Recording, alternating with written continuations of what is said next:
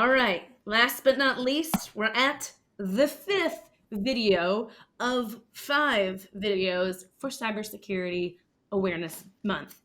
And we're talking about hazardous risk management. Because as we move more toward the cloud and rely on more and more technology, we're inevitably opening ourselves to more risk. Cybersecurity, I always like to say cybersecurity, but it's not, it's cyber criminals. They love change, especially fast change. Not only does it often lead to errors in the system that they can go after, but it can also open doors for new and more creative cyber attacks to be developed. And even though the benefits of the shift in the way we work outweighs this risk, we do have to be cautious and take action on managing the risks to keep them at bay. Managing your hazards or your risk and clearly defining your cybersecurity strategy makes it easier to protect your organization's most valuable assets, your data. Dun, dun, The dun. first step in doing this is to identify your security risks. Knowing your organization's risks gives you an effective approach to preparing your defenses. The best way to protect against threats is to first know what they are. Start by identifying exactly what you're protecting. This includes knowing what data you have and where it lives, and it's also crucial to know what value that data holds to your organization and the cost of losing it and or it being exposed. That value may vary across different departments, so getting a wider perspective from your team will help you consider your organization's needs as a whole. Once you know what you're protecting and where it is, you then need to identify what you're protecting that data from.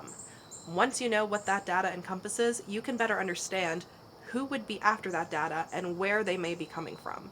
A few of the most common places where cyber attacks come from are people. This could mean upset employees or even just a simple, honest mistake by a team member that leaves your organization vulnerable.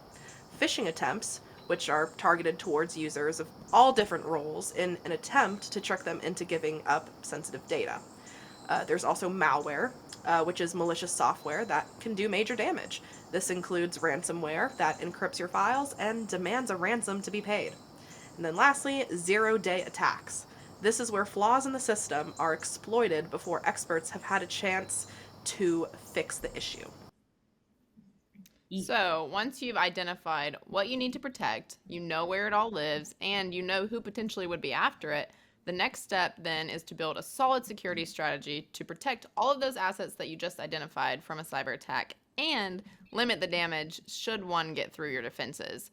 So, first, you should prioritize those risks that were just identified. So, like we mentioned, your data may have different levels of value to your organization depending on what it is. You might have some data that you can afford to lose, whereas other pieces not so much. And in an ideal world, we would be able to prioritize every single thing we have. However, that's not really a cost effective or realistic solution. So, by knowing which things must be protected at all costs, your security strategy can address those largest threats first to support the longevity and functionality of your business in the long run. The next step is to set very clear expectations across your organization. Employees are the number one target for cyber criminals to go after, so making sure that they're equipped with the knowledge and skills they need to help protect your organization is key. That includes having the right systems and processes in place to avoid security problems, setting management's expectations on how your team members should be using technology, and a clearly defined response plan that shows them the right steps to take if they were to run across a security incident or find one. The final step is to leverage what you have already in your system. You don't always just need more technology to protect your business. You just need to have the right technology in place. And a lot of times, businesses actually have all the solutions they need already. They just maybe aren't using them to the fullest extent. So, for example, if your team uses Microsoft 365, it's pretty likely that your subscription includes Azure Active Directory licensing that allows you to turn on multi-factor authentication, which then adds an additional layer of security to your sign-on process, all at no additional cost. So making sure that you review what you have first before looking to just add on and get new technologies not only helps to protect your organization, but it also can save you a lot of money. Right. And like we started this conversation talking about this shift in the way we work, the shift in leveraging the cloud is great for productivity and flexibility, but we have to be more prepared than ever because that is increasing our risk and we need to be able to defend against those potential cyber threats.